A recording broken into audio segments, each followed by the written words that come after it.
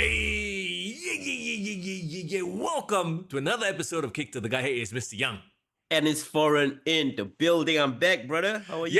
Yes, you are. How have your Hari Raya celebrations been, my friend? I mean, it's the weirdest timing having a public holiday on a Monday. Mm.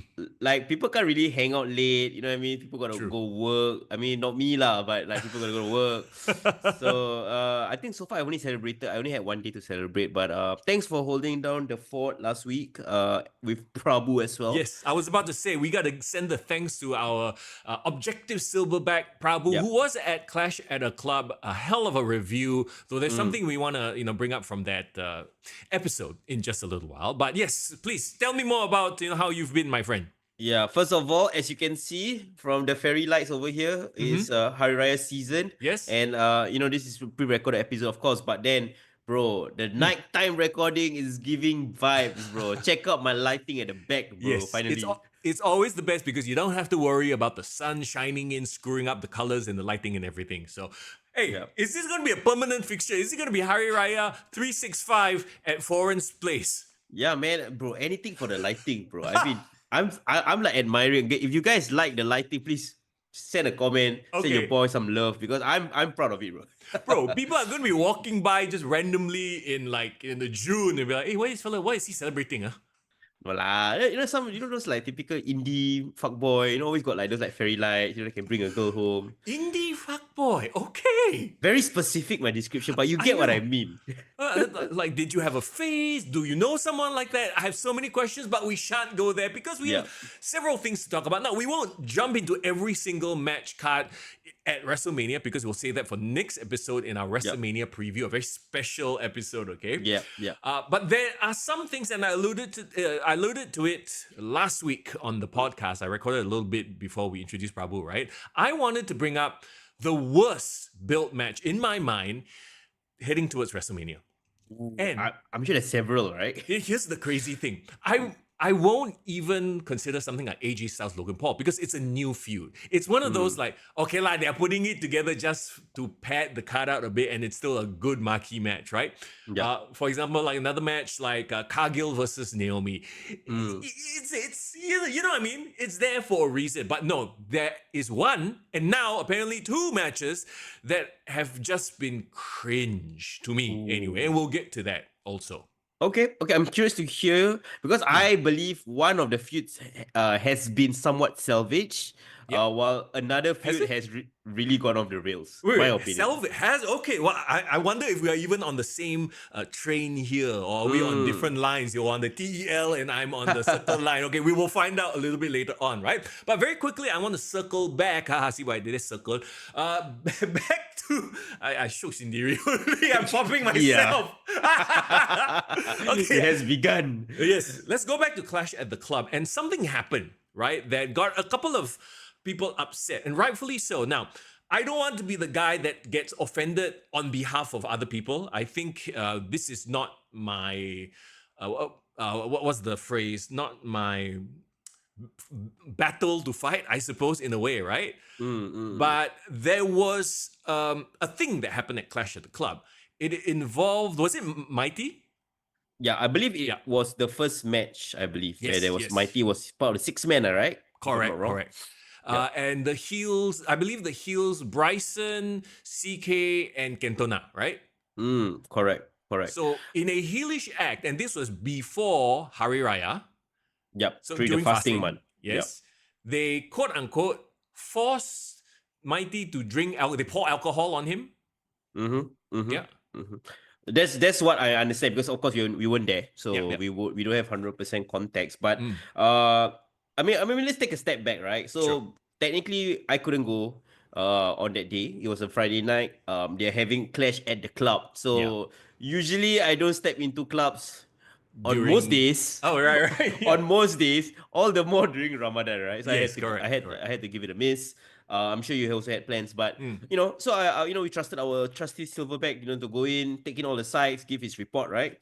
And then on I think a few days after the show, I started getting DMs, right? Because like I think Bryson posted, like a Daily Mail kind of mock-up template about what happened. Like, It's a like meme thing where it's supposed to be sarcastic, right? correct. Like you're forced to like Muslim guy forced to break fast with alcohol, blah blah Yeah, blah. I saw that. Yeah. So like me being the like I'm just generally just promoting local wrestling. Usually if there's any events from the show, just post, repost and stuff like that. So I have to kind of like put my hand up and say like when I was reposting, I didn't really focus what was happening or exactly see what was written. I was just saying like, oh, this is a spot. They were doing like a bottle spot on my. I just kind of repost without kind of like really understanding the context of what was happening. But then there was a couple of people, and I won't name names, love both of them. They are all part of the community, and then they were like, man, this is not the right way to get hit, bro. This is kind of disrespectful, right? Offensive lah in a lot of Yeah, ways. it's kind of offensive. And then I kind of like look back at the situation. I was like, oh, who approved this? You know what I mean? This is when I kind Yeah. of like took a step back. I was thinking to myself, like, who approved it? Because there's a lot of optics, Yeah. like Oh, for sure. you know what I mean? Like it's nothing. It's not even. And I don't think their intention was to kind of be offensive. I genuinely think that the boys there, those involved in the match, thought this was like a very edgy angle, and it Yeah. was like, oh damn, this is very disrespectful to Pinty, and this is like a heel thing to do. Correct? Yeah. Yeah. But let me just kind of give you a couple of things that, uh, okay. So first of all, it's we are forbidden to drink alcohol. I mean, that's as a Muslim, whether you Correct. do or don't, that's up to you. But it's black and white, right? You can't drink Yes, alcohol as a Muslim. Secondly, if you were to drink alcohol, you technically can't pray for 40 days. I mean, that's kind of something that we basically alcohol is in your system. You're impure. You can't really cleanse yourself and pray. Yeah. So to kind of like do the whole like pouring of alcohol to break fast, like there's a lot of very problematic things there. Exactly.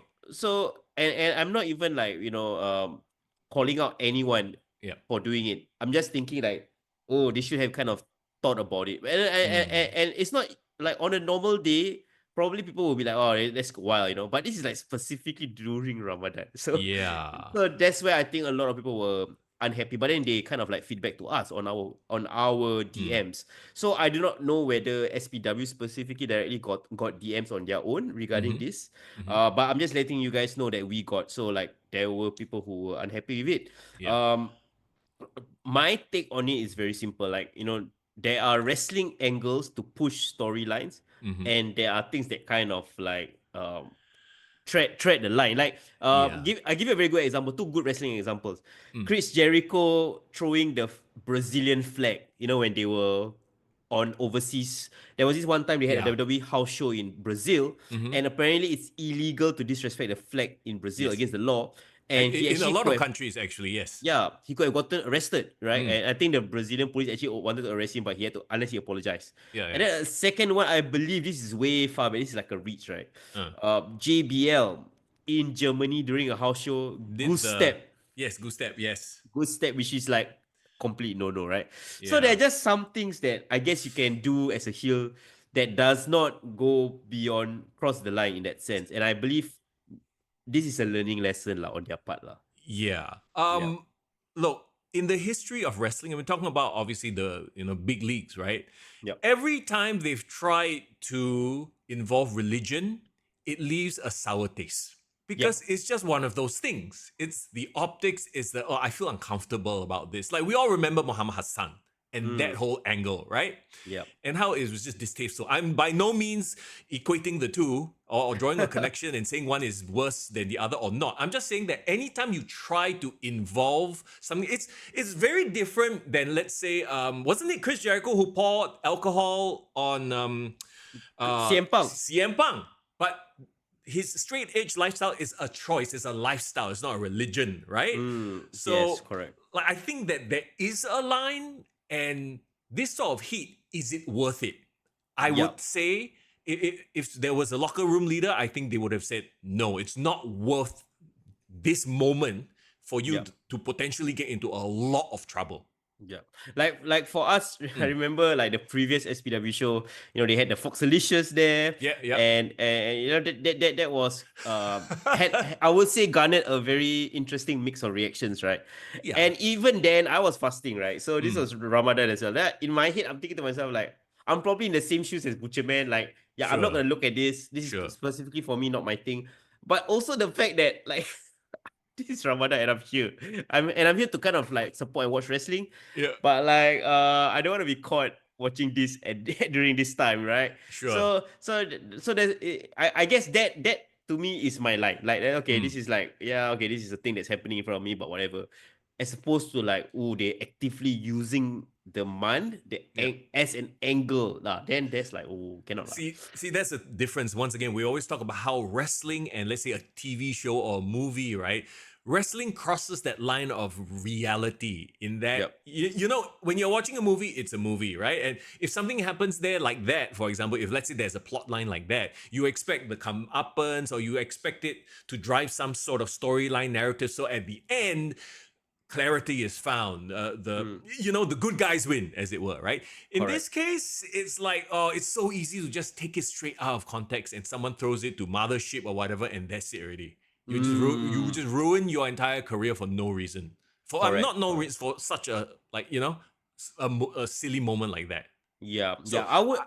my only thing is just I don't think it was worth it. That is my point. It's just Yeah. not the risk was not worth the reward here. Yeah, and I would say, and we are all fans of and supporters of the local wrestling community. Yes. So Yeah. we're trying to look out for each other, right? We Mm. don't want to throw anyone under the bus, and No. we do not want us to get screwed. Like in terms of like the livelihood of the wrestlers as well. Yeah. Suddenly, people like you said again.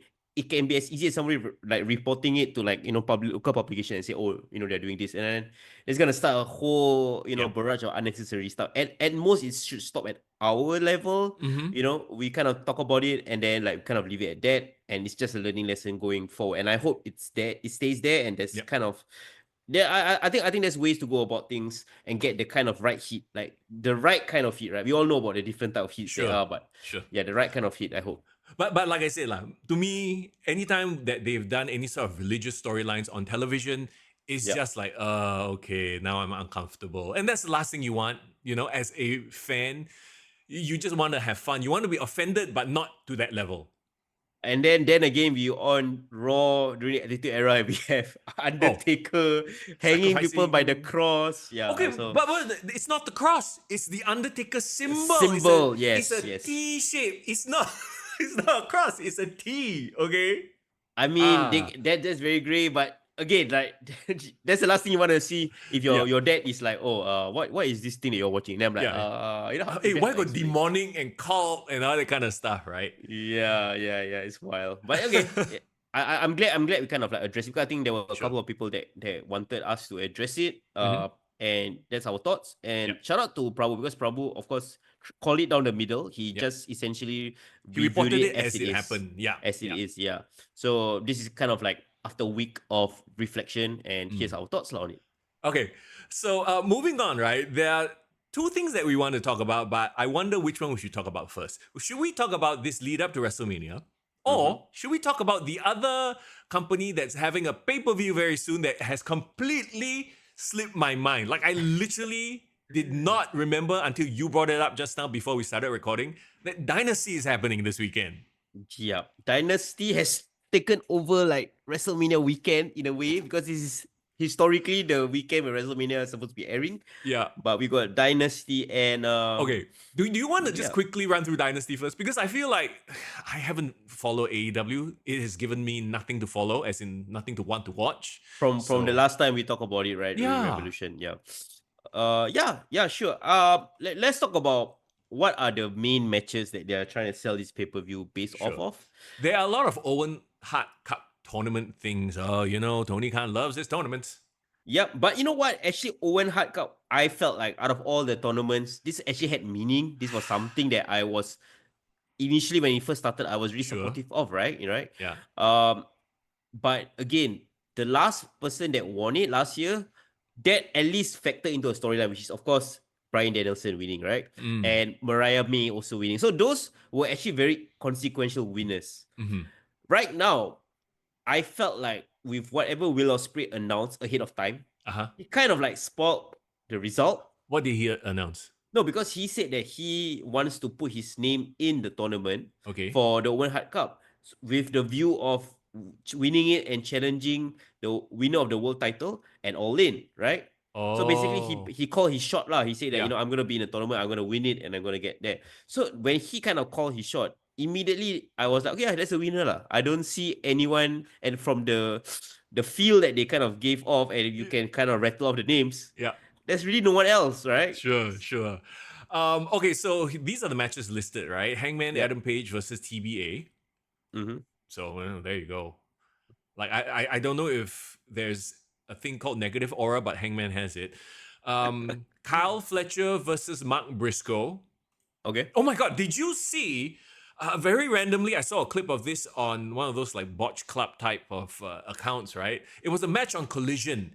It was Dax and Cash versus, was it Kyle? Carl and Roderick Strong. What the hell happened? Huh? Do you know the context of that? Because I saw the clip, I was like, these are supposed to be four of the better wrestling wrestlers. And it was an absolute clusterfuck of, I don't know what we're doing. I feel like, right, it's What? either just a bad day at the office, Yeah, or all four of them are fucking distracted and like, damn, you're wrestling in Collision, fuck this shit, and then they are like, yeah, I wouldn't say they are phoning it in, but I think they weren't zoned in the match for some reason. Yeah, the just best out of was step, the yeah. finish where they were going to do the shatter machine, right? The Yeah. the FTR, and then like they were facing the wrong way, so Cash had to go an extra round off the ropes, and then Dax would turn around, and now they're facing the wrong way again, so he would bounce off, and it's like, oh my god, it's a comedy of errors. Guys, go out of your way to go and find this clip of Collision because it is hilarious. Yeah, and it's wild because, like, again, these two teams during NXT Black and Gold were like, you can count on them to have killer banger matches, right? Yes. So yeah, I felt really, really bad. Okay, so yeah, Kyle Fletcher versus Mark Briscoe. We got Mercedes Moné versus Julia Hart. In the women's side, Will Ospreay versus Kevin Knight. Who the is Kevin Knight? I have no idea. Can you guys give me some context if you guys know? I'm assuming this is like one of the newer guys that they signed, or like someone from Ring of Honor. So I guess we know who's gonna proceed in the next round. That's the point I was trying to make earlier, right? Like, it's freaking Will Ospreay. Who else are they gonna push beyond him, right? So well, in the next bracket, and they won't have a match at Dynasty. It doesn't seem like, I don't know. But the next bracket is Brody King versus Konosuke Takeshita, so we might get Takeshita versus Will Ospreay. Which will be an awesome match. Yes. I would say Takeshita would ideally be a like a formidable opponent for Ospreay. They're never gonna give him that. We all know how AEW does it. You know, Correct. he's gonna be there, and then he's gonna be not there. Okay, Hurt Syndicate with MVP versus the Learning Tree. I saw the promo with MVP don't give a fuck, bro. Big Bill. I want to say Big Cass. Big Bill. He looks big. He was like, with Enzo. I mean, he could handle his own on the mic. Yep. And then MJF just absolutely eviscerated them on, was it Dynamite? It was MVP that eviscerated them. Yeah. Yep. Okay, here's the thing, right? Here's why it's so funny. The intriguing thing about this whole situation is MJF, whether he will potentially be part of Hurt Syndicate, whether is he going to be the Owen Hart of the Hurt Syndicate. Like, all that thing is intriguing to me. But the thing that they're putting on pay-per-view is this match. Yeah. You get what I mean? You get the issue here. Yeah. It's like, okay. And we know who's going to win. Like, to be real honest, like, there is no shot in hell that the Learning Tree are going to win. Yeah, and Brian Keith rabak, bro. Aren't the Learning Tree heels? The Learning Tree are heels. The Hurt Syndicate almost kind of like they're just too badass to be whatever. Yeah. So they are heels, but AEW is a heel territory. Like, the fans cheer heel. So it's just, let's move on. Daniel Garcia versus Adam Cole. They're still trying. They're still trying with this guy, TNT champion. All right. Yeah. You know what? I want Adam Cole to win the title, man. He needs something to prop him up in AEW, man. To be honest, he hasn't won a title, right? Officially. You know what? I just simply don't care. There's no reason to care. unfortunately, right? So sad, right? Yeah, So sad. so sad. He was supposed to be the guy. You know, it's crazy to say, but Vince was right. He was our guy in NXT as well, Yeah, right? yeah, and the whole rumor was that Vince did not want him on the main roster as a wrestler, as a manager, yes, but not a wrestler. And he was like, "No, I'm going to go to AEW." I guess Vince was right. All right, Chris Jericho versus Bandito title, ROH title versus Mask. You know what? I would say this is a good spot for Chris Jericho to be in. this is his level at this point in time. Ring of Honor, kind of like helping other people. Putting over Bandito because I don't see Bandito losing his mask. Yeah, putting over Mexican wrestler. I think he's really, it's really a full circle moment. He started off his career in Mexico, Sure, having all these luchador battles. Now he's ending his career doing the same thing. right. So yeah. Okay. It's the feud that will never end. Death Riders versus Rated FTR for the Trios title, which are still a thing apparently. You know what? Unfortunately, I feel Death Riders is going to retain, and this is going to lead to some implosion between Rated FTR. Now, my question is, do you see any way forward with Cash and Dax feuding against each other or breaking up or anything? Like, I do not, my friend. I do not see where that could go. I do not want them to break up because I don't think they can stand on their own. Yes, exactly. Them being heel is fine. Yeah. But, okay, if they can recapture a bit of their heel magic when they were part of, what was the faction that they had with MJF? The Pinnacle? Yes. The Pinnacle? Was it? It was the Pinnacle, right? Him, Sean Spears, MJF, blah, blah, blah, Wardlow, all that. Yeah. If they can turn heel and somehow get involved in Hurt Syndicate, I think it's at least they are in a tag team feud. I do not want them to have some sort of like Dax versus Copeland, and then like I feel like, oh man, Adam Copeland also another thing, bro. What if Cash and Dax both turn on Cope, which makes them heel, which is fine, right? Yeah. And then because here's the thing. And it's cold to me as I think about it, right? Yeah. I realize how effed up it is. The fact that I'm thinking, okay, because of the way this company works, it's friend work with friend. So you go. I won't be surprised if they have Cash and Dax versus Edge and Edge puts them over because they're friends. And yeah, but Edge puts them over meaning what? He teams up with someone else? Yeah, he teams up with someone else or he goes one-on-one. It's a three-way or whatever it is, like handicap. And then he will put them over. He hasn't put anybody else over, but he will put his friends over. Like, don't you just hate it that was the first thought that came to my mind and not, oh, what's great for the story? Because this is what you expect from AEW at this point. I feel very, like, I feel when Adam Copeland came into the company, I think he genuinely said like, oh, I want to help people. I want to like push people over and all that kind of stuff. Then I think he got into some complications with some of the wrestlers that he encountered. Remember that whole thing with Ricky Starks? Oh, yeah. The new NXT North American champion. Congrats to him. But I think he also now he reached a point where fuck you all I want to help, but you all don't fucking care. I'm just gonna work with my friends. I think it has led to that. I think CM Punk also experienced that. Yeah. So it's just a workplace culture thing.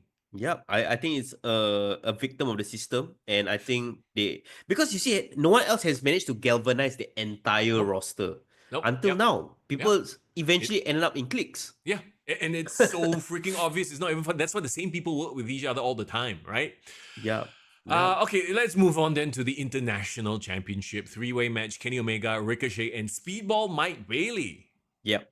Speedball Mike Bailey, who we've seen in Singapore, first of all. Yes, apparently. I mean, this is, of course, before I kind of paid attention to Grapple Max, but he has had matches in Grapple Max. I believe, correct me if I'm wrong, people from SPW, he might have had wrestled in SPW. So he's familiar. I would say he's a familiar face in this region, in Australia, of course. But again, why is he being pushed suddenly to this spot, right? With Ricochet and Kenny Omega. Like, say what you want about Ricochet. He's still the ex-WWE guy. He still has some name value cachet, and is it's growing on me, right? Is Ricochet as a heel like a better choice right now for you? Yes, an irritating shit heel. Yeah. Okay. You know what? Ricochet versus Kenny Omega should have been a one-on-one match. Exactly. Why you got this extra guy here? Yeah, like, and I have nothing against speedball, right? I would even say that, yeah, give him an opportunity, but like don't push him too hard because like it's a symptom of like Tony Khan having Yeah. a new signing, wanting to push that new signing, New and then toy, new toy. forgetting about everyone else that that's right Right. there. Like, hello, Wardlow, where are you, Wardlow? Powerhouse Hobbs, House Hobbs. well, AR Fox, it's literally the same thing they've done over and over again, right? So Yep, it is what yep. it is. Why is Kenny and Ricochet feuding? Is there a story there, or is it just like, You don't know the answer to that? oh God, please. Okay, fine. Tell me. International Championship Tournament. I told you that, right? Remember they had a tournament to Yeah. crown Yeah. the winner, and then what happened was in the finals of the tournament, I think there Yeah. was like a draw. Hence why it became a triple threat. Oh. Okay, well, there you go, stakes. Let's talk about Timeless Tony Storm versus Megan Bayne. I've seen the clips of Tony and they're hilarious, all her promos. Yep. She's another one of those. She can survive and thrive there because she's on herself, on her own merit. Like, great, Yep. right? Did you see the promo with her and Thunder Rosa? And she called them Thunder Tits. Yep, I saw that. I legit cracked up. Yeah, it's dumb and funny. Like I can appreciate what Tony Storm brings to the table. And I even appreciate the fact now she got layers to her character, right? She Yeah. got I used to be like this fun-loving Australian girl, rock star, and then now I have this playing a role. Like all that very meta, I can appreciate it. Again, Megan Bayne, right? From the looks of it, straight away when I see her, yeah, impressive, right? Looks like a glamazon, blah blah blah. But same situation with Speedball, right? Yep. Has there been no one else in the company that they suddenly had to push this girl to the moon, Yep. right? Yeah. You don't know something wild? Let me What? bring you up one person's name they completely forgotten about now. Okay. Camille.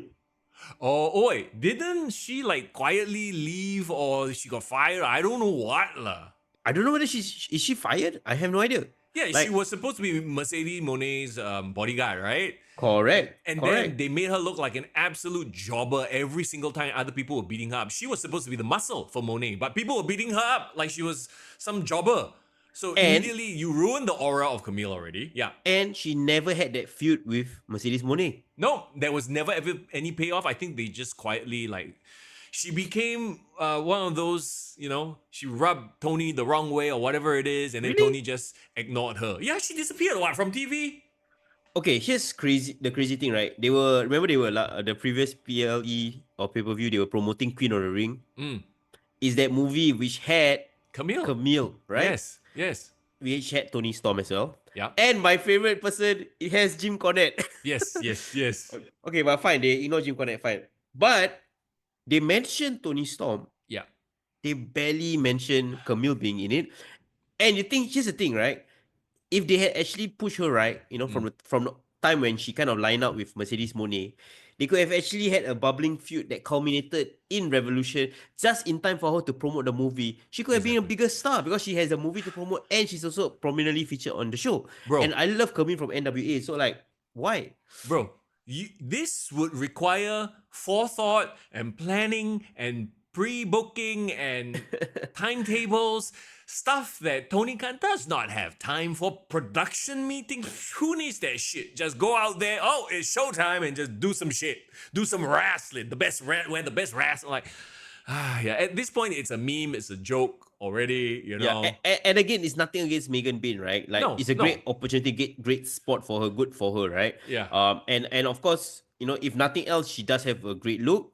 I've not seen her wrestle like properly. I've only seen that one botched issue with remember that Penelope Ford and Thunder Rosa doing that chair spot. Oh yes. Yeah, when she's supposed to work, and then she basically did not back away, did not run away. Yeah, basically making Thunder Rosa look like a complete joke. So that wasn't really a good first impression, right? You really lost me there. So the thing is, she might do well. She might surprise people because I never heard of Stephanie Verker last year during Forbidden Door, and then she had a match with Sasha Mercedes Monet. I was like, after that, she was all I could think about, right? Like, who cares about Mercedes, right? So La Primera.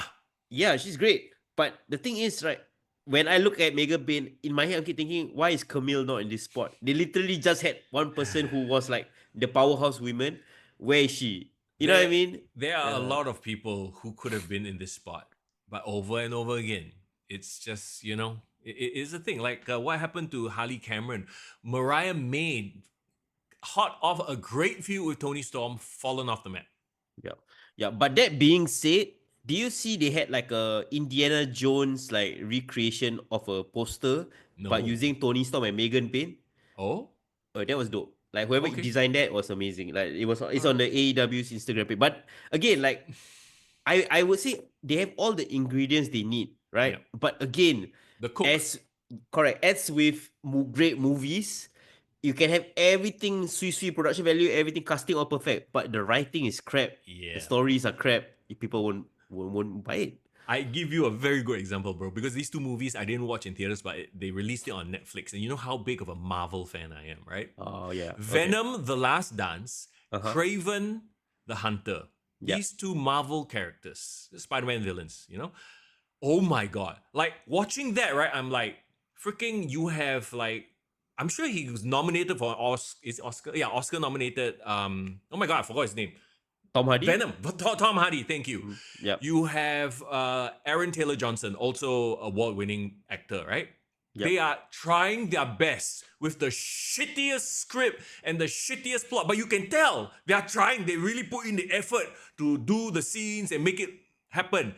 But the movie is just absolute dog shit. And you feel bad for them. You're like, they can do much better than this. Like, what is going on?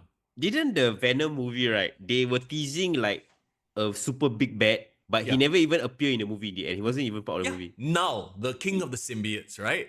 Yep. And anyway, that's what AEW is right now. They have all the ingredients. They just don't have the right mastermind, the person to pull it all together. They don't have a Paul Levesque, Lee Fitting combo and Nick Khan combination. Yep. And that just shows that, there's a reason why WWE has always retained that number one position. I just feel like there hasn't been a very sustained number two challenger. Nope. And I would say TNA, it's more of like, somehow they are like a cockroach.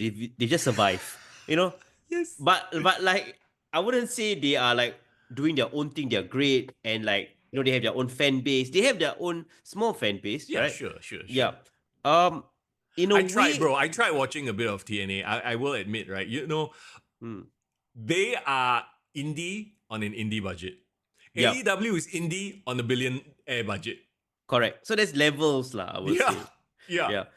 So, somebody said like it's like a bizarro NXT or somebody said something like that. Was it Cornet? I think so. Yeah.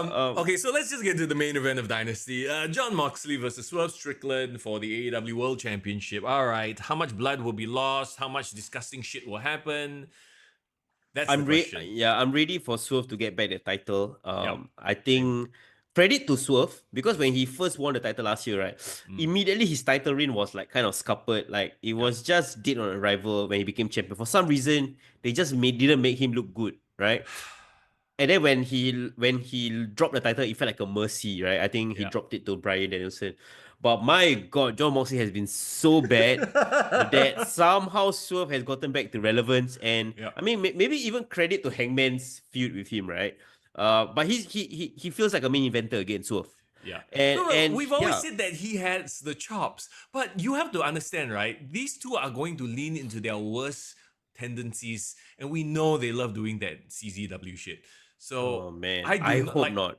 Yeah. Like, I'm just waiting for when it happens, and then we'll see it on social media, and then I'll maybe, out of morbid curiosity, go and find the match to watch. That's the only way I'll watch this. As of now, it's still a straight up one-on-one match. Yeah. Like not that it's a disqualification match or what. It's a normal match, right?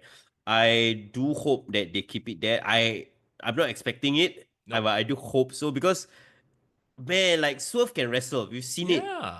Yeah, so or maybe the post-match, then Jon Moxley suffocates him with a plastic bag or tries to staple his balls or whatever nonsense they will come up with. They'll come up with some shit on that. Yeah. We need Swerve to take the title back, because he's being held hostage at this point in time.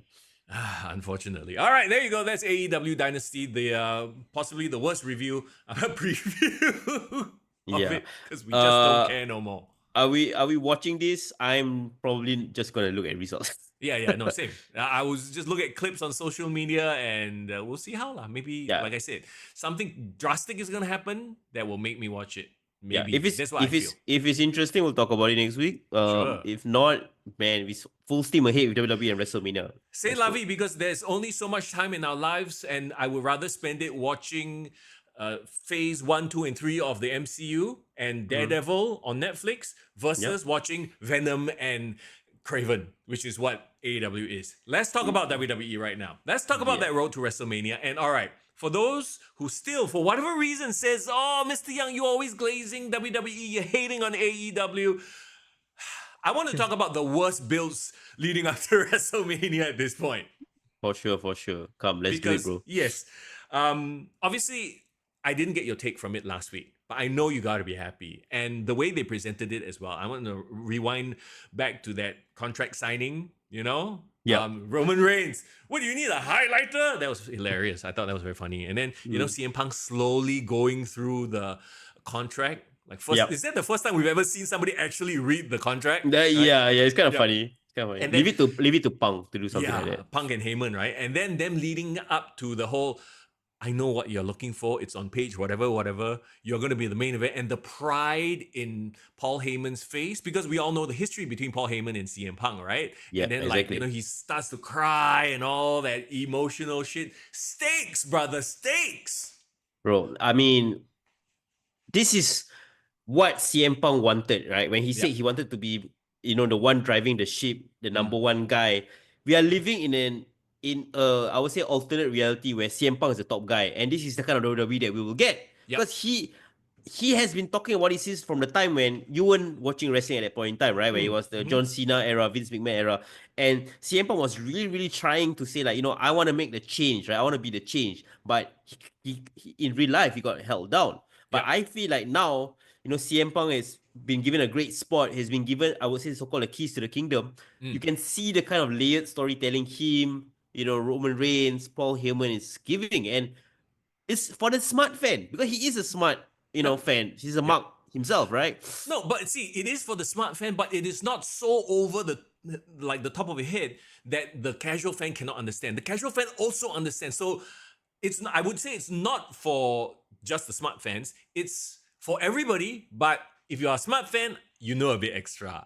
It's like Marvel movies that do well because they appeal to the mass, but we still wing not give you Easter eggs. It's the Marvel formula. You're right, exactly. It appeals to the mass audience, but like those comic book historians will be like, "Oh my god, remember this blah blah blah, this Easter egg." Like you would know about it and you will be excitedly telling the casuals about it, right? Yeah, I'm the guy who I turn to my wife and hey, actually that one happened in blah blah blah blah blah. That one. Yeah, the annoying boyfriend. bro, I'm the same way. I'm the one. I'm bad for wrestling lah. So okay. It's perfect. So yeah, back to CM Punk's so-called like the clause, right? What he just wanted it to. I mean the announcement at that point in time was like he is gonna be main eventing. And I think a bunch of you guys were like texting me as well, like, "Oh, remember this was my prediction from last week." Yes. I felt like, it makes so much sense because the Royal Rumble winners don't deserve to main event based on the bill alone. Yeah. And again, based on star power alone, I would say it's justified that they're the main event, right? For sure. Can we give props to Seth Rollins, by the way? And when he freaked out about, the kids call it crashing out. When he crashed out about CM Punk getting that main event slot, I thought that was like, this is my favorite Seth Rollins. Not the overly flamboyant, wearing Lady Gaga outfit stuff. No, you can tell he was pissed. Seth Rollins, the hater, right? Yeah. We need at least one hater in the company, like whether it's Drew, Seth, you need that. I love that trope in wrestling. Someone who just does not want other people to succeed. Correct. Yeah, his whole thing was, I don't want you to live out your dream. I don't want you to have a main event at WrestleMania. I don't care about anything else. If you think about it, this has been the basis of their feud, right? Between all three guys. If I can't have that title, or if I can't win, I want to ensure that you won't win as well. Yes. Yeah. So, it's great. I see the value of Seth Rollins. Also because the fact that he is a wild card, right? Because you have, people are speculating Roman Reigns and CM Punk has that Heyman connection, right? Yeah. But what if Seth somehow gets entangled? Well, technically right now he has no connection, so he doesn't care. Yeah. But people were kind of speculating what if it's Heyman turning on the two of them and going with Seth. I mean, that's a bit Wow. far-fetched. Just a Yeah. bit far-fetched. Well, But okay, yeah. let's fast forward to this week's SmackDown and talk about the Favour, which was finally revealed. And the Favour actually links to a thing that happened like literally on camera. I think people are sharing the clip of him talking about, "I will escort you down to the ring at WrestleMania. I will be in your corner." He said that in the I wasn't watching wrestling at the time, right? But I'm sure you Yep. know the clip. Yeah, from 12 years ago, 2013. Yep. And that was a time when CM Punk and Heyman had his issues with Brock Lesnar. So Brock and Punk was fighting over Heyman. So it's so apropos that a decade later is the kind of full circle moment, but this time Roman Reigns. Yeah. They have promised each other that this is going to happen. Like CM Punk said, like the only person that advocated for CM Punk was Paul Heyman, even from OVW days, ECW days, all the way until now. So there's history there. But what's so interesting is that how a favor can become the driving point of this storyline. Bro, this is the man that made a Taylor Swift style bracelet into a whole goddamn like feud. Okay? So now it's a Favor. Then there was the Ulafala, the necklace for the longest time too. Yeah. This is just great storytelling. This is what so many people, not just AEW, but certain like movie companies just lack. You do not you can have very obvious stakes, right? Fighting for a championship, qualifying for number one contendership. That would have been like the very straightforward way to go about it.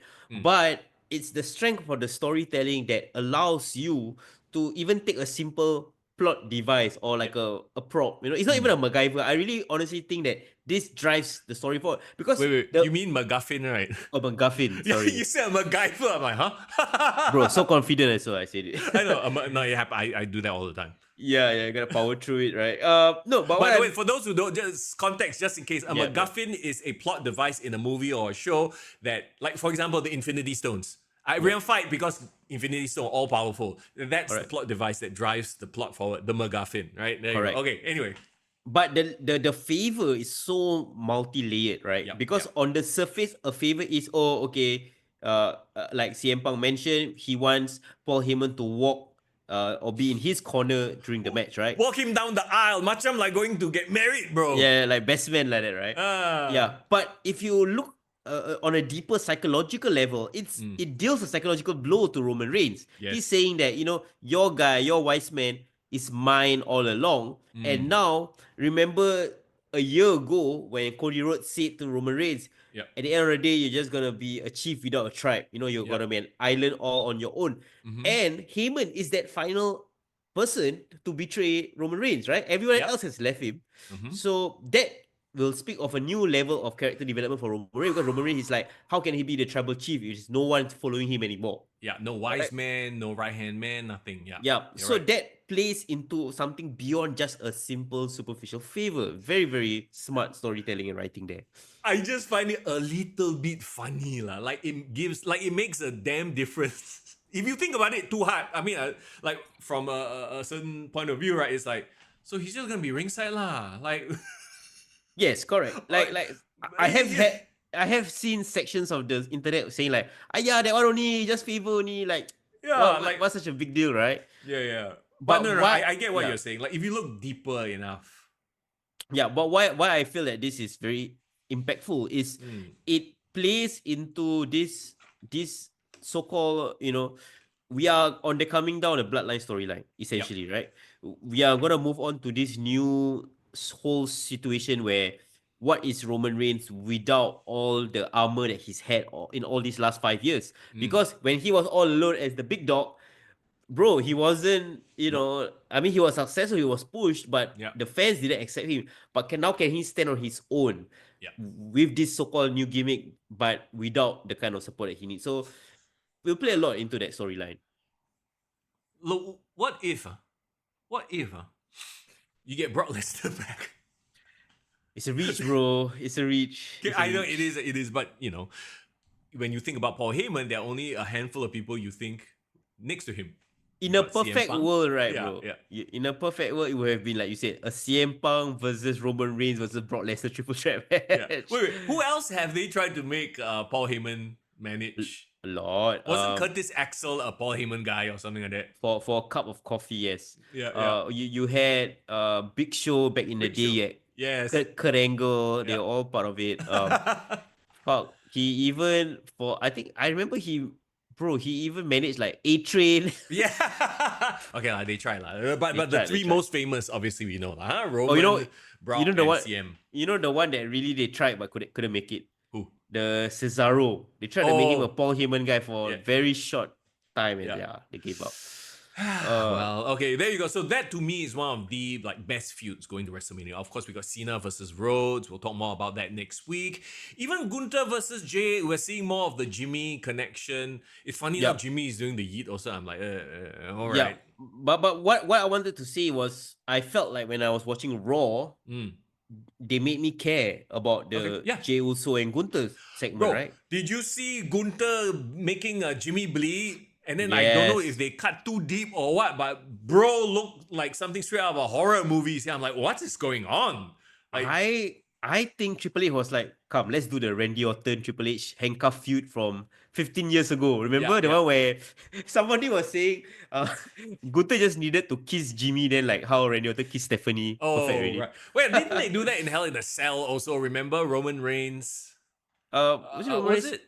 Somebody got handcuffed. Jimmy, right? No, he was like choking him out or something like that. Oh, yeah. Jey Uso, yeah. Yeah. So, it was Roman and Jey Uso in Hell in a Cell, and he used Jimmy to. It's like a I quit situation. Yes, right? I quit situation. Yeah. So like, yeah, okay, we've seen this before, lah. Like, you know, him using the blooded, battered body of a loved one, you know, to taunt him, to build up to WrestleMania. Look, I have nothing against that. It's not a main event like WrestleMania feud or match, but it's good enough. And I think that Jey will have his time, right? He will have his championship run, which is great. And like I said earlier, like the rest of the matches, they are just there. Some of the matches, you accept it for what it is. Like, okay lah, Liv Morgan and Raquel versus whoever, TBC, right? For the women's tag titles, it's just going to be a match. AJ versus Logan Paul. Even... he just qualified. Fatu. Fatu versus LA Knight. It's like, okay, it's probably the start of something. So I'm not going to fault them for such a short run up, right? Yep. But there are two feuds, bro. At first there was one. And then after this past SmackDown, there are two feuds that just are like ultra cringe, make no sense. In this day and age of amazing storytelling, these to me are the worst feuds leading up to WrestleMania. All right, can you guess? I don't even need to guess the first one. It's gotta be Charlotte Flair and Tiffany Stratton. God damn it. Let's talk about it. Okay. Yeah. Is there any chance, bro? Is there any chance that they're doing this on purpose? That I am not giving them the benefit of the doubt. That they are portraying this like legit discomfort, because remember last time we talked about that promo between Tiffany and Charlotte just looked like she was trying to bury Tiffany. And we speculated that maybe that was the whole point, to make Charlotte like an uber heel. And then on this past SmackDown, they felt so awkward in that promo. Like it was the cringiest promo. I mean, Charlotte had some good lines, but then it kind of dissolved. And why would Tiffany say shit on live TV? It felt like she got flustered and frustrated. That's why she dropped the shit. Because I dropped the shit. But you know what I mean? It didn't feel like you know how WWE's recently have been so good at milking those like bad word moments. Yep. This felt like she was legitimately frustrated at this promo going off the rails, because it felt like it went off the rails. Somebody went off script. Definitely. I think both of them went off script. Okay, so here's the thing that I'm trying to figure out, right? Is it like they were calling it on the fly? Like maybe Charlotte and Tiffany were in on it and they were like, you know what, let's just go throw all these bombs at each other, but I got you, right? Like they know like they're working for it. Yep. Or was it like when Becky and Charlotte was doing the belt tugging and like, fuck this shit, I'm just gonna fuck each other up? That gave those vibes. It reminded me of that moment where everyone just felt a bit uncomfortable, a bit lost, a bit, you know? And then there was the whole like, your voice is so squeaky. I was like, what am I watching? Oh, it's like reality TV show, bro. It's like So that kind of cringe, bro. yeah, so that's my question. Are they doing it on purpose? And then there's the whole bringing. Okay, I get the bringing up the divorce thing because that's supposed to be the truth bomb, like oh I got you moment, right? And then did you hear the throwaway line of oh why is Ludwig sliding into my DMs? I'm like Yep. what? And it felt like such a because okay, it felt like such a throwaway line. It was not delivered with impact, like at a crescendo of a heated argument. Yep. And did you see how Tiffany, like when she said whatever she said, the divorce thing, right? 0 and 3, she immediately got out of the ring and rolled out.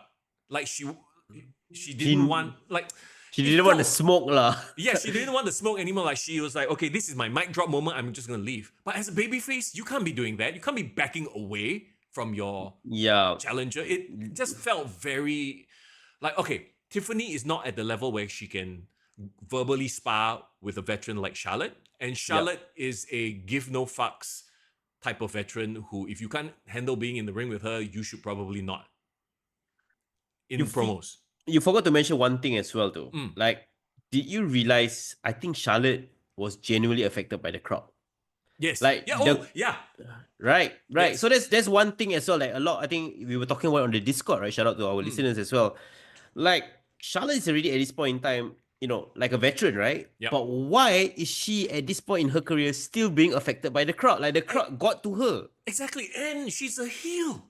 She should be happy that they're booing her. So I didn't understand that at all. There was this one part, do you remember when the boos was so loud and then she was like, you know what, Tiffany, I think you just finish it up lah. It's like she gave up talking her part, you know? Yeah, it's like, isn't that supposed to be great heat? That's what Dominic gets, and it's great for him, right?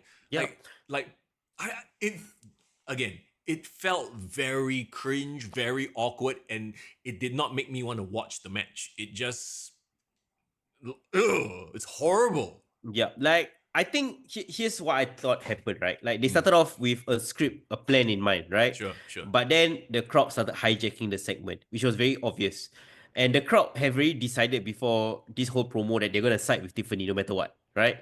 So which is supposed to be the case, right? Tiffany is the face, yes. Correct. So the thing is, the tag teaming of the crowd and Tiffany throwing all the truth bombs, technically, if Charlotte wants to get heated or flustered, right, it should be in character. Like she genuinely, like she will show anger, she got emotion, she will like, you know, like how MJF gets affected by the crowd, like in storyline.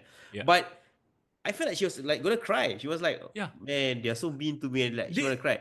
So I just I don't get it. Did she expect them to cheer her because she's a heel? So you know, it's a huge that whole segment was a huge disconnect, and then everything that happened after the babyface just rolling out of the ring, like okay, that's my mic drop, but she looks weak because she backed away from a fight.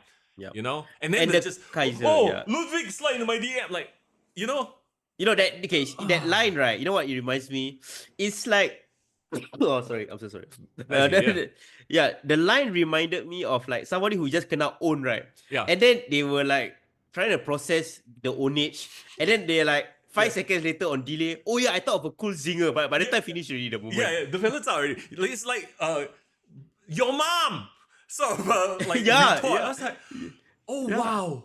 It's like when you cannot own in like a diss track or something, and then you go home after 1 week, like, okay, I just thought of the best comeback ever. But like, it's really over, bro.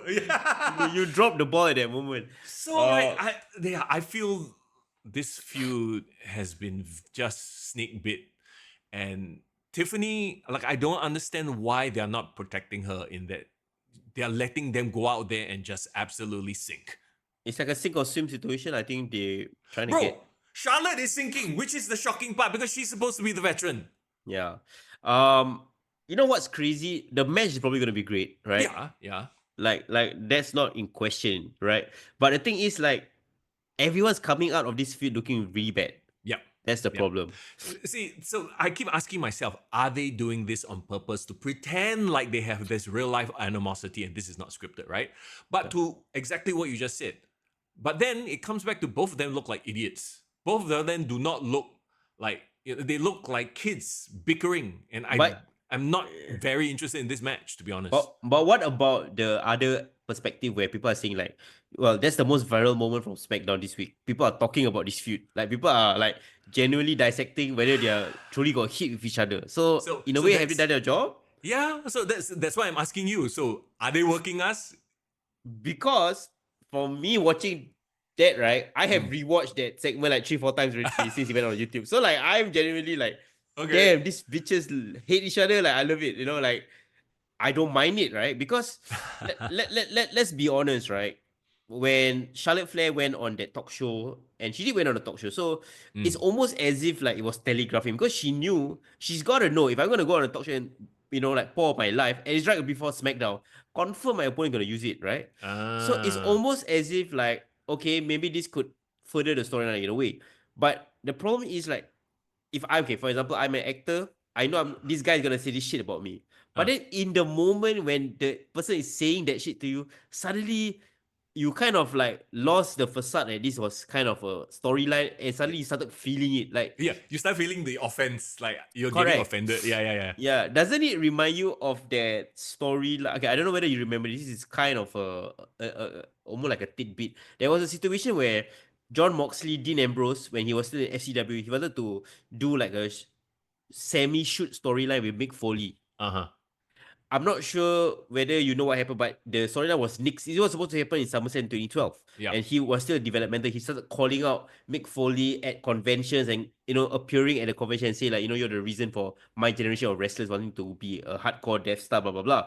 So actually, apparently, they have agreed to do this storyline, right? But then, Jon Moxley started like taking pot shots on Mick Foley, like calling out his family, like making personal attacks at the kids on Twitter, right?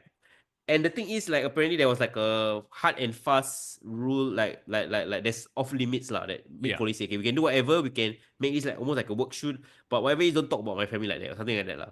But I think maybe Dean Ambrose didn't get the hint or like thought like, oh, okay, he's saying that can still talk about the family, but just not too much. But I'm just gonna mention it still, blah blah blah. Bro. We've seen what Mox is about. He just don't give a F. He just do whatever. Yeah, but long story short, he said something that apparently Mick Foley felt that was offensive, and he actually texted Dean Ambrose like, "Hey, I think that one might be a bit too much." But Dean Ambrose didn't reply him because apparently he doesn't own a phone, or he didn't have a SIM card when he was. So when he went, he was in Europe for like a tour. Okay. So essentially, he kind of ghosted Mick Foley. So Mick Foley genuinely thought that they got issues now. So basically, they got worked into a shoot. You get what the point I'm trying to make? Yeah, I do. But this is the WWE in 2025 where it's a fully well-oiled machine. And I'm sure whatever they're going to do is probably run through some agents. I want to know who's the agent booking this actually. Yeah. Well, definitely not Wade Barrett because he was just standing there smiling like, oh, what the fuck is going on? Yeah, no. So anyway, just to put a bow on this awful mess. Yeah, it just felt weird. Okay, is there context to the Ludwig? No, come. Okay. At some point, did Ludwig Kaiser actually send Charlotte a DM? No, and it's a thing. Unless, if this shit will go to the next level, if suddenly Charlotte Flair go on social media, well, you want the receipts, here you go. Then suddenly got screenshot.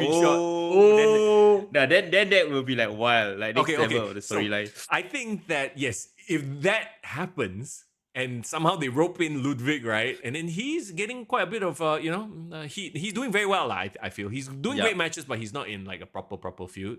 Yeah, understand. But like, can you imagine if that really became a thing? And then the guy that cheated on Tiffany Stratton, he would get like ultra heat. That would be okay. If that becomes the part of the storyline, and he turns on Tiffany, like, I mean, that's amazing, right? Then we are like, I will bow my head and say, thanks you guys for working me. Yes, we have been worked. This is the best women's storyline ever, right? But come on, like it was obvious that she was just like reaching. And no offense, no hate on Charlotte. Why would you go after Charlotte when you got Tiffany Stratton, bro? You got a baddie review. Downgrade. Nothing even. Nothing to do with the age even. Somebody said them busted, Like I'm so sorry, this is so mean, but I'm just repeating what I saw on Twitter.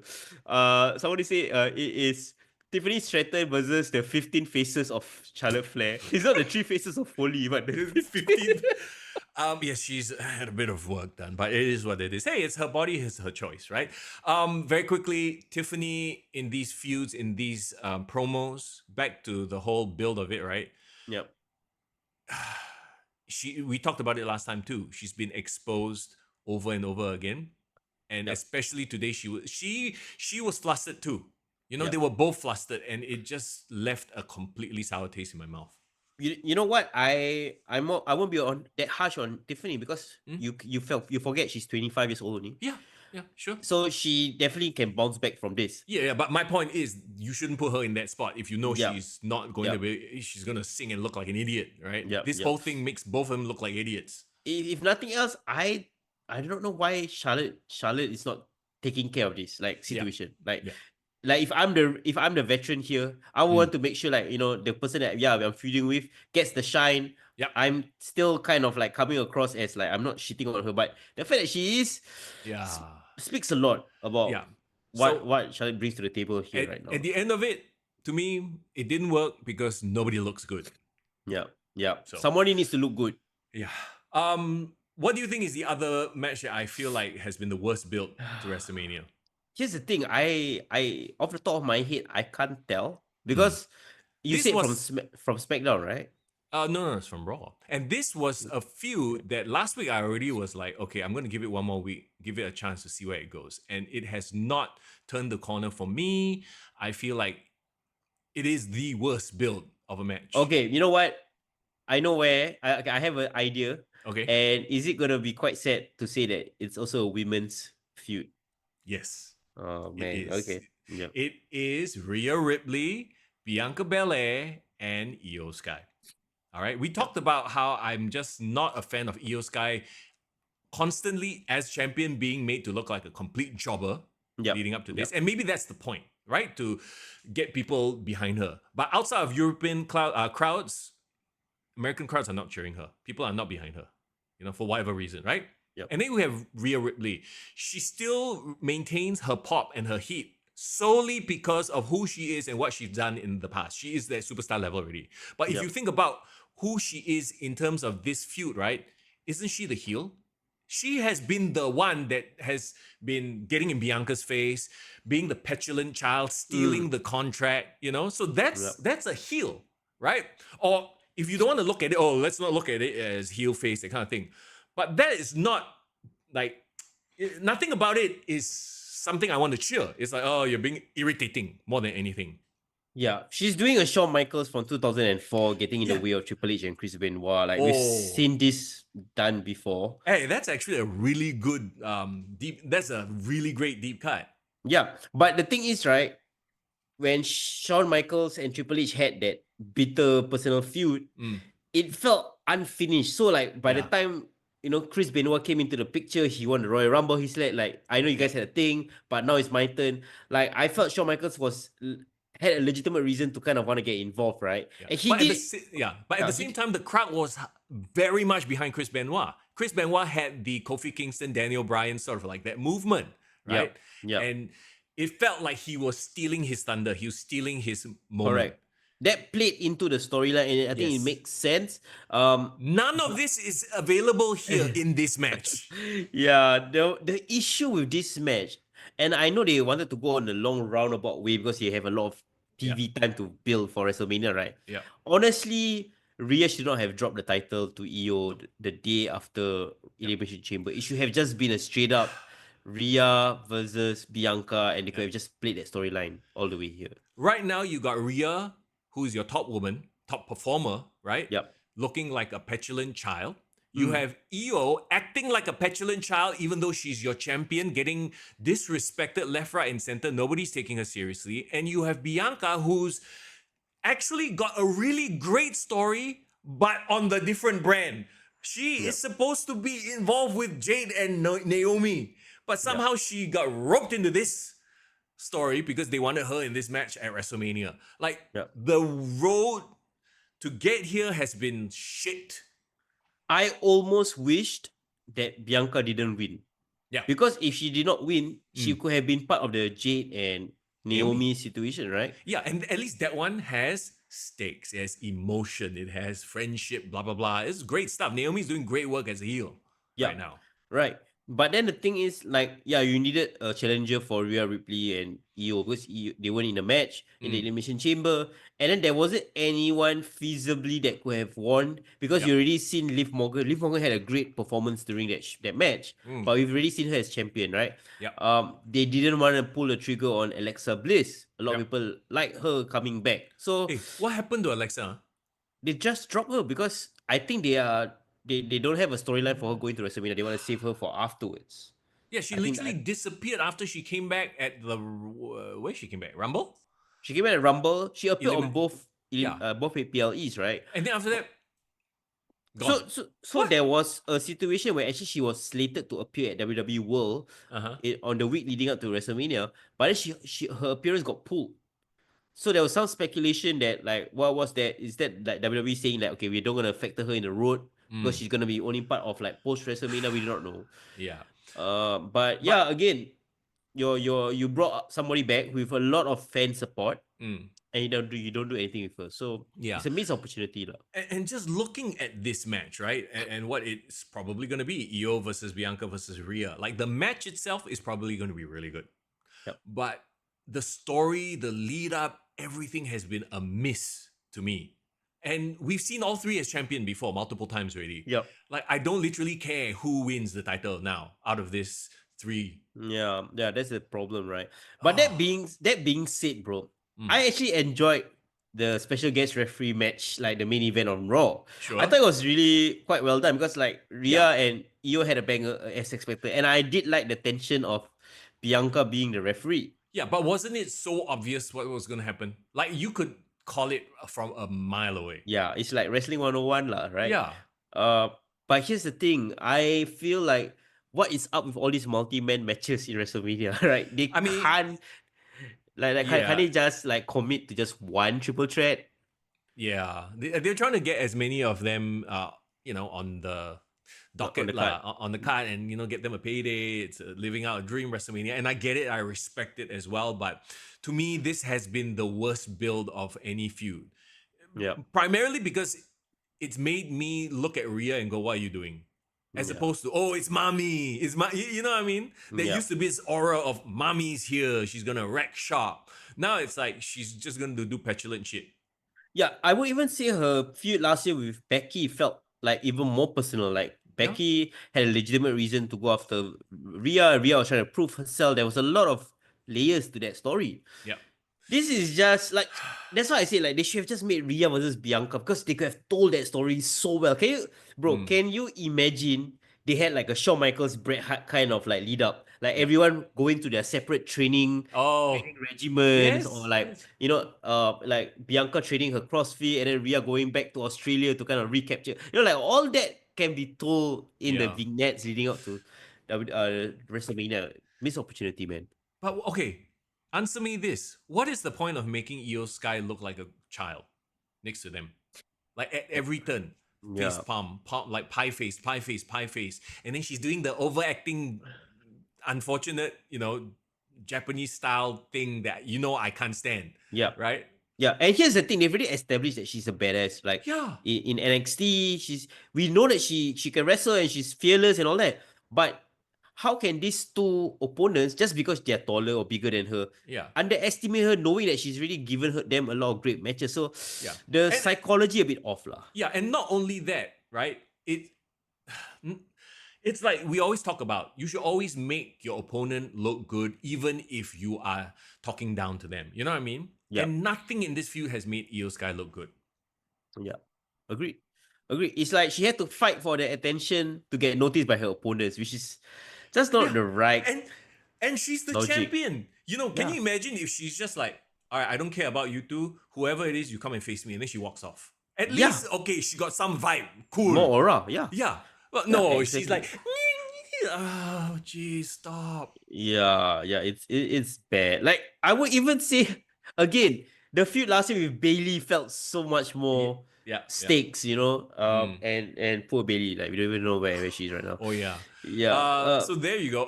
One more thing, actually, I wanted to bring it up earlier, but I completely forgot about it. Talking about WrestleMania matches, right? Yeah. I think you know what I'm gonna bring up, because do you think this is a work or a shoot? Which is? Someone has been pulled off the WrestleMania card. On Ah, SmackDown, yes, yes, Kevin yes. Owens comes out in a Bret Hart sweater. So Hmm? I'm like, okay, and he's somber and he's talking about how he has to get neck surgery. Is this a shoot or a work, you reckon? They've gotten me, bro. I do Yeah, not know. because it felt real, right? It felt Yeah. like one of those moments where they just like were like, okay, you have to do the neck surgery. We want to give you a moment lah to let the fans respect you. And then Randy even comes out, and then they stare down, and then sort of just leave it at that, right? So I'm like, oh man. And then Randy RKO's Nick all this because you got to give the fans a pop. So I get that. Yeah. It seems Uh like a shoot. Somebody said this and brought up I would say it's a fair point. Like, Mm. if he really truly have to go for neck surgery, wouldn't getting punt kick at WrestleMania be the perfect send off for him to go? Exactly right. Yeah. And like, if you announce it now, he has not been physical at all No. since, like, since Sami Zayn. So technically he can still afford to not be physical up until Yeah. WrestleMania. And even say, for example, he really needs to go for neck surgery, couldn't the match be like a 5 minute squash where Randy just Punch. obliterates him and Yeah, that's it? exactly. No, that's a great point, right? Yeah. So, so I don't know. But And if but okay, so if yeah. it's a work, right? Then Yeah. how? You're gonna set this up next SmackDown? I mean, there's still 2 more weeks of SmackDown, so like Eh, anything can still happen. two or one? One, two, Two. oh, two. You're right. Two Yeah, more you're weeks of right. SmackDown. So there's Sure. still two. So maybe what next week's SmackDown we see video handheld footage of Kevin Owens doing headstands. So like, Yeah. don't bluff, your neck not broke.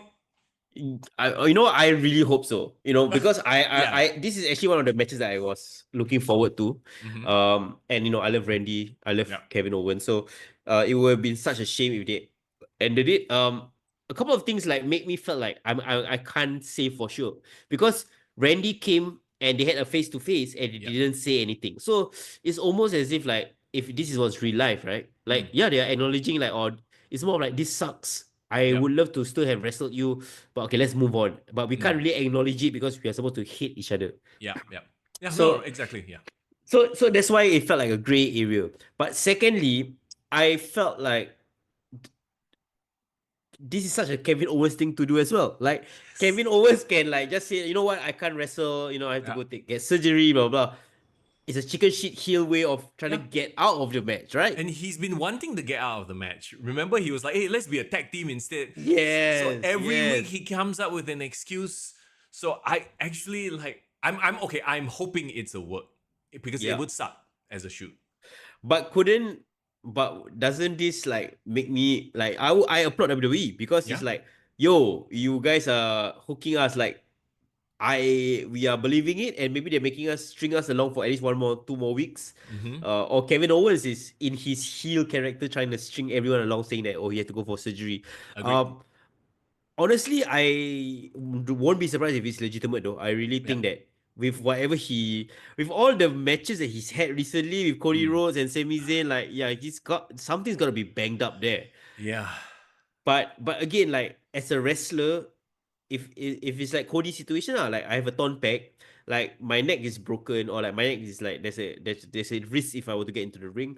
Is there any way we could do it in such a way that they can have had surgery straight Mm. away and they can be protected? Because like there's a way you can do it that protects him. Like Yeah. remember like Ric Flair wrestling, Ric Flair wrestling recently, Well, taking the punt kick. yeah. What you talking about his retirement match? No, well, I was talking about like I think this was during the Thunderdome era. Remember Mm. Randy like punt kicked Ric Flair, but it was done in such a way that he actually didn't have to take the punt kick. But Yeah. They cut the shot or something like that, right? Was correct, it? correct. Yeah. But yeah, but he can't do it live lah. But what I'm saying is like there's a way he can do it without actually Mm. destroying his neck lah. Well, you know what? Again, like you said, kudos to WWE. Maybe this is something that will have more developments lah in a week's time. We shall see.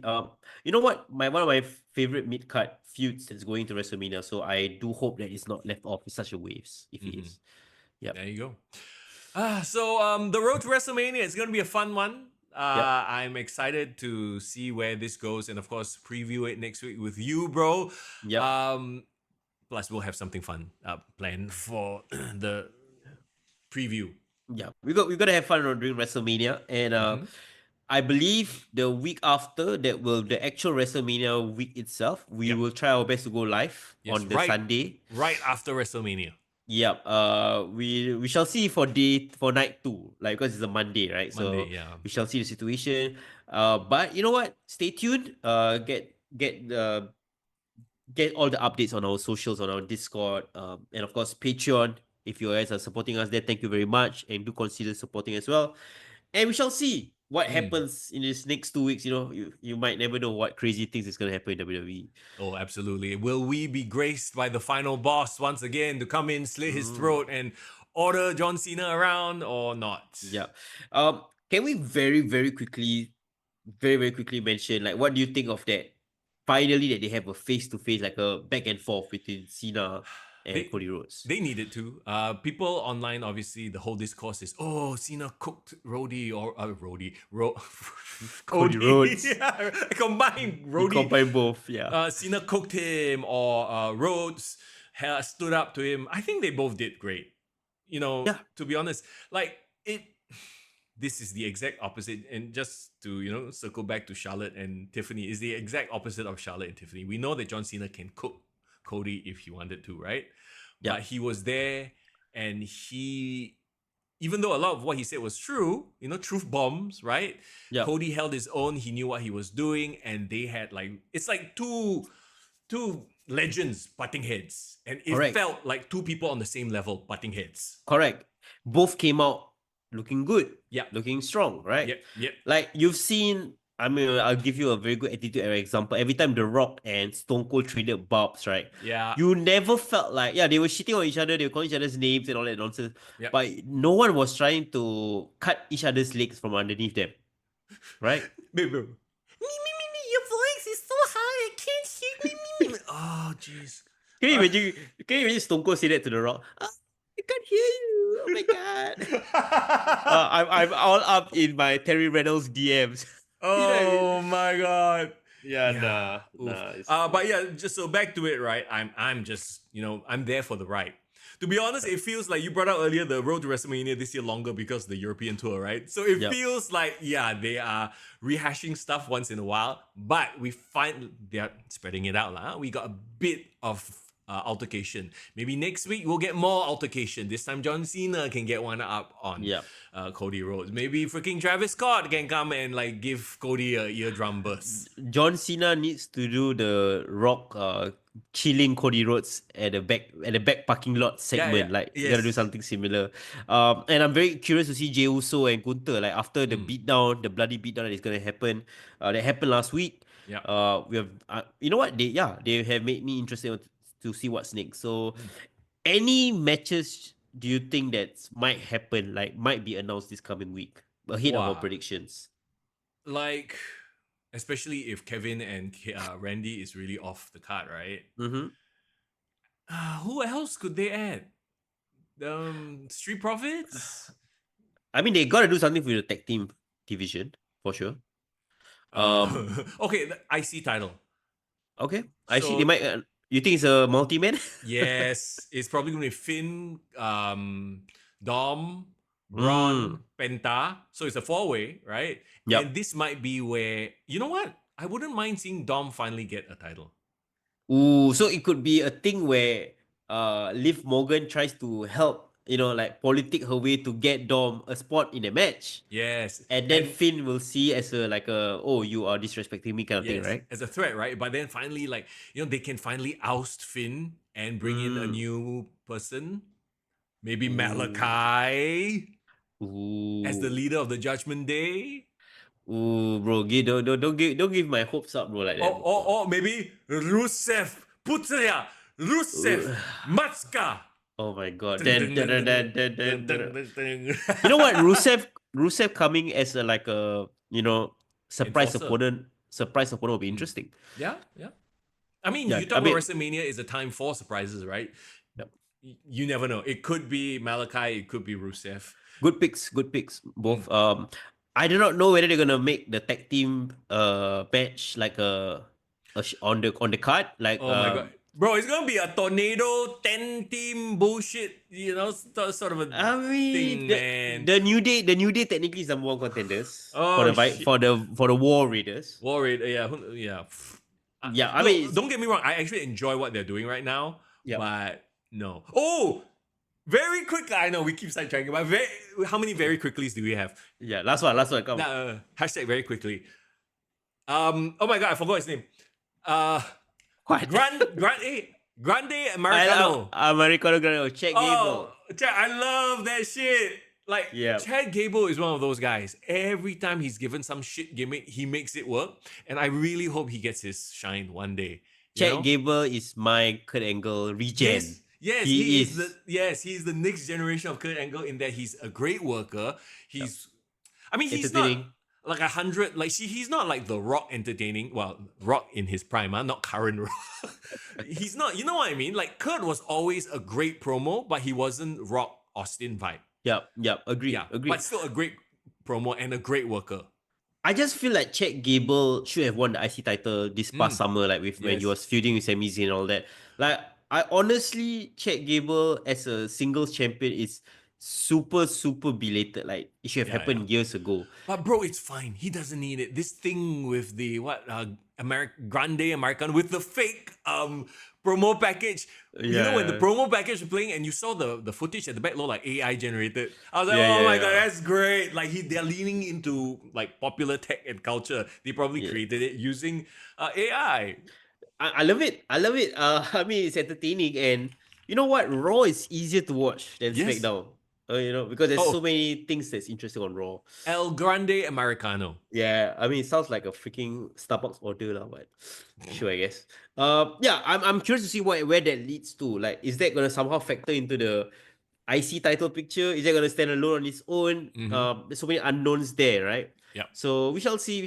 You know who I would really like to be on the card on WrestleMania, who does not have a match yet? Such a disgrace if she's not on the card. Okay. Chelsea Green. Yes.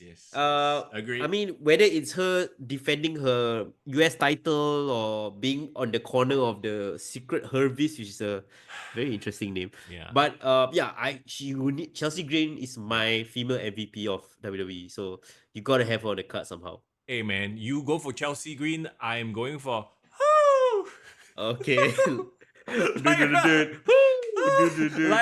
I will advocate for Lyra Valkyria. Okay, I know your type, bro. I know your type. You know. Yeah. Good. What is it? I don't even know what is my type. I don't know lah. Like a bit quite, like sweet. Bird lady.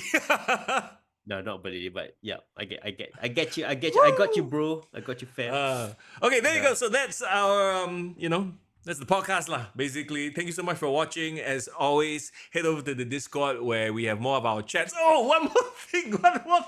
Bro, this is unbelievable. Okay, really. Remember, I posted this on my Discord as well. Okay, so I've never bought cards. I have a lot of cards. I have Marvel cards. I have Magic the Gathering cards, but not sports collectible cards. It's not really my thing, right?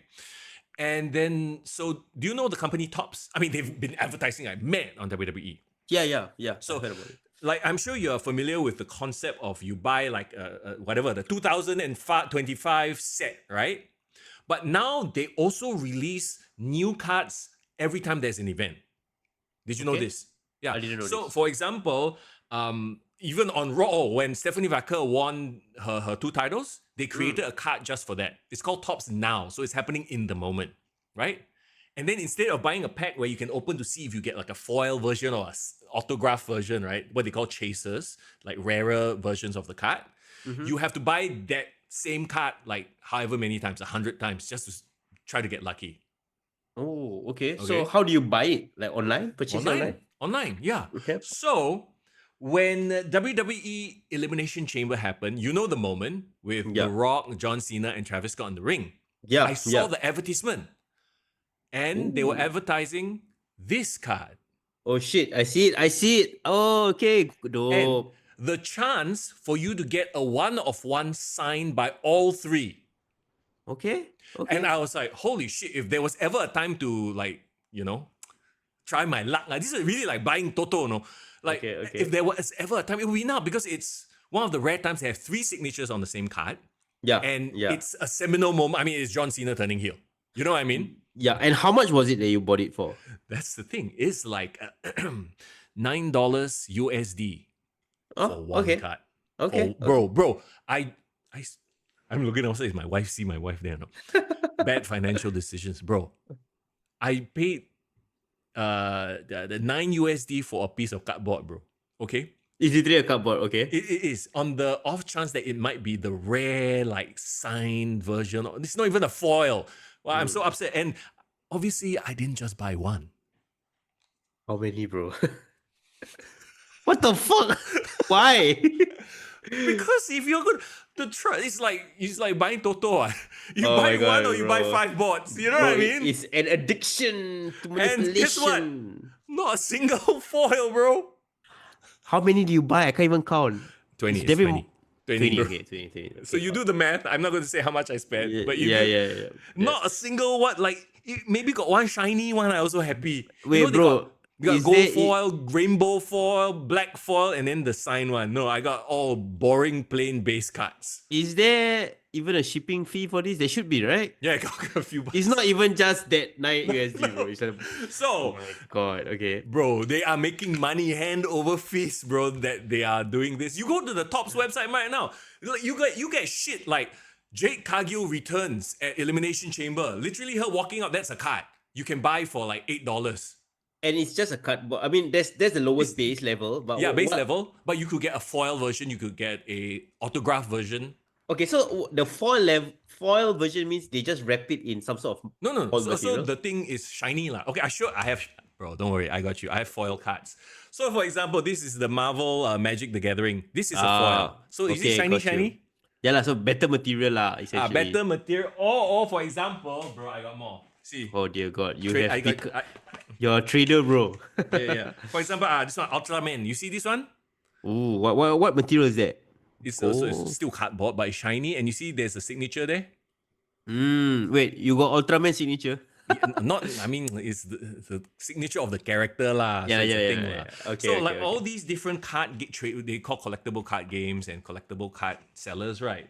Mm-hmm. They will have multiple versions of the same card that are super rare. 1 in 10,000, 1 in 10 million, that kind of odds, right? And they will have different treatments. So some could be with foil, could be gold color, they will come out with everything one lah.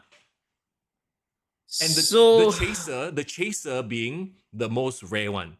Do you remember Magic the Gathering? There was a Lord of the Rings collab. I didn't know, but I mean, I don't follow this line, but yeah. Post Malone is a huge fan. A 1 of 1, he bought that card for 2 mil or something like that.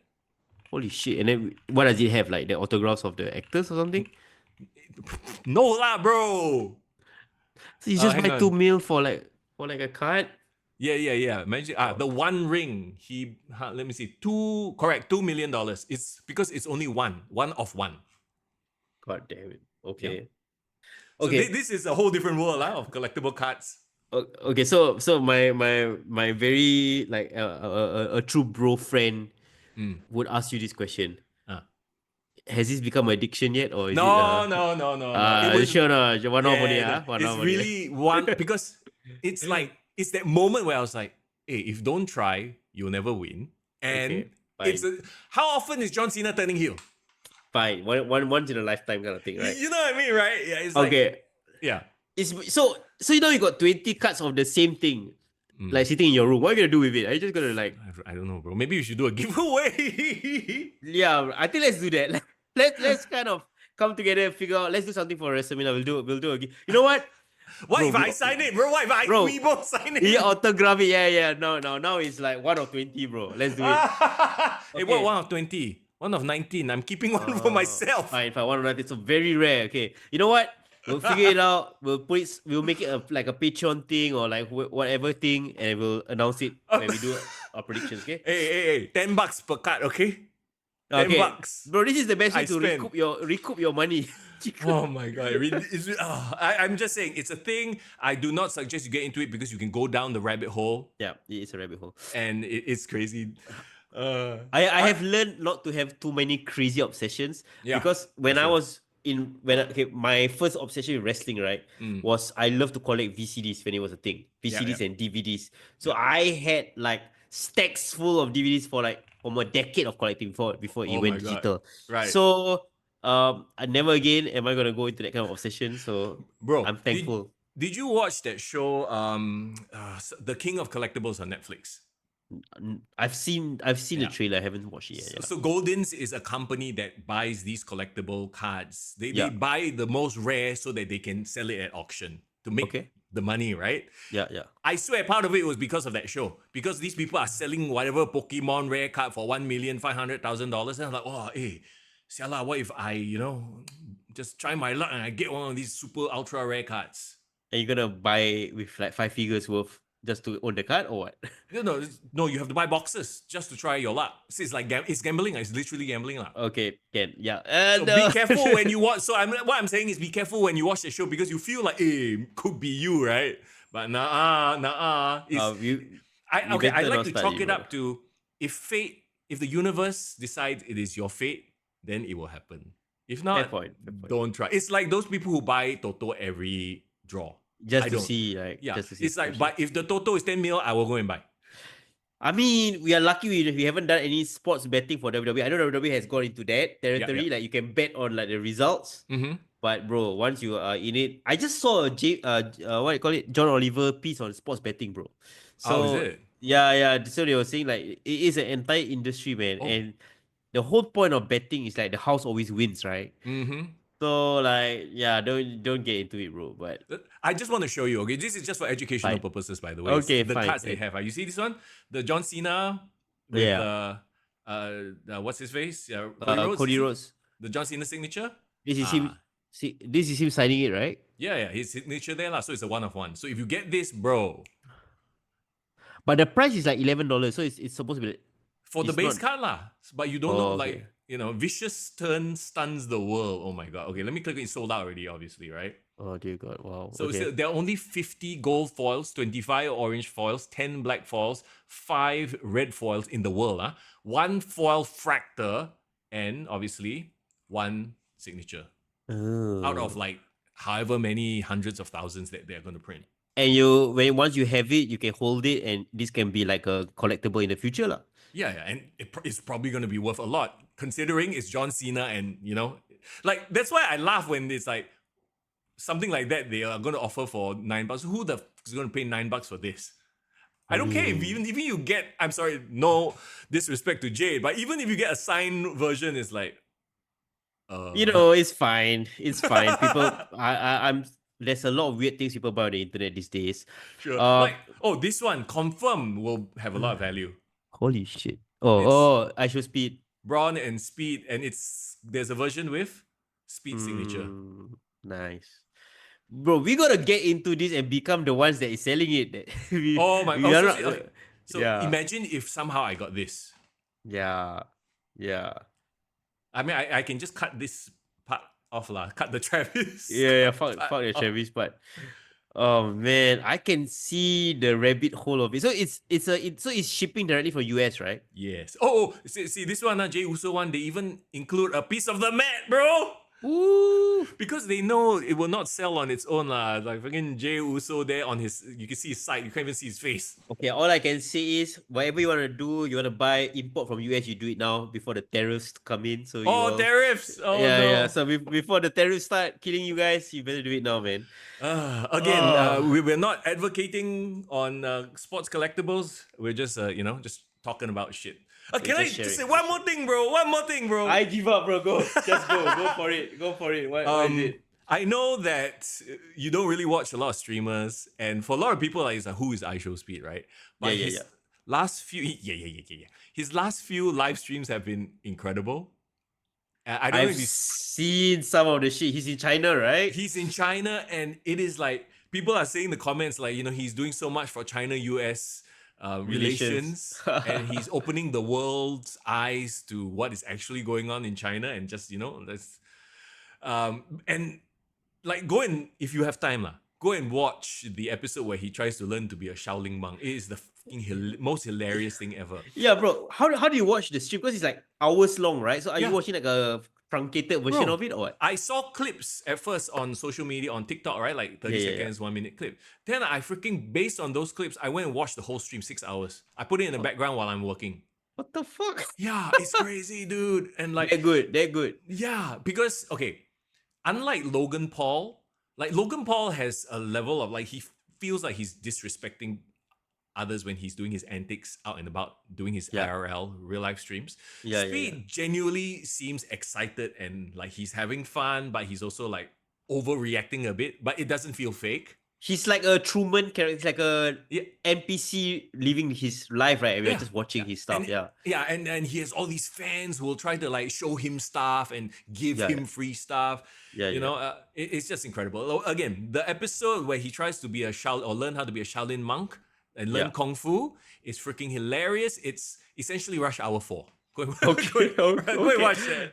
Thanks for the plug. I believe he went to Chongqing as well, right? He went to like each stream is at different cities, right? Correct. So he's been to Chengdu, Beijing, I think, Chongqing. He was in Hong Kong. He is in Shenzhen today. And the one where he was doing the Shaolin stuff was which city? Chengdu, I think. If you go to his YouTube page, you'll see I become a Shaolin. It's quite easy to see lah. Yeah, I remember when he came to Singapore, I got super obsessed with him for a bit. And I think the last 2 months, bro, he has really hit all the bucket list stuff that I want. Like, I remember he was at Royal Rumble, right? Royal Rumble, yeah. And then, like, a few weeks later, he was on Golazo, CBS Golazo. If you're a football fan, he was in the same panel as Thierry Henry, Jamie Carragher.